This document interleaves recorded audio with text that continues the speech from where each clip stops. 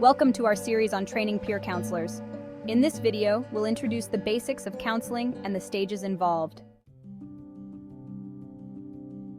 Counseling is a process where a counselor helps an individual navigate personal challenges, providing support, understanding, and guidance.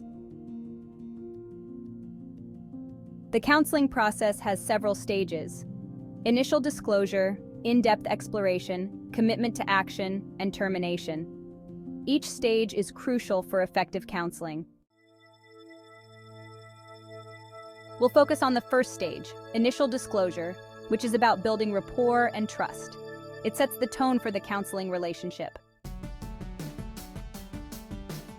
Key skills for initial disclosure include active listening, show genuine interest, listen without interrupting and acknowledge feelings, empathy, understand and share the individual's feelings to build a strong connection, open-ended questions, encourage more conversation by asking questions that need more than a yes or no, nonverbal communication, use body language, eye contact, and facial expressions to show support, building trust, be reliable and consistent.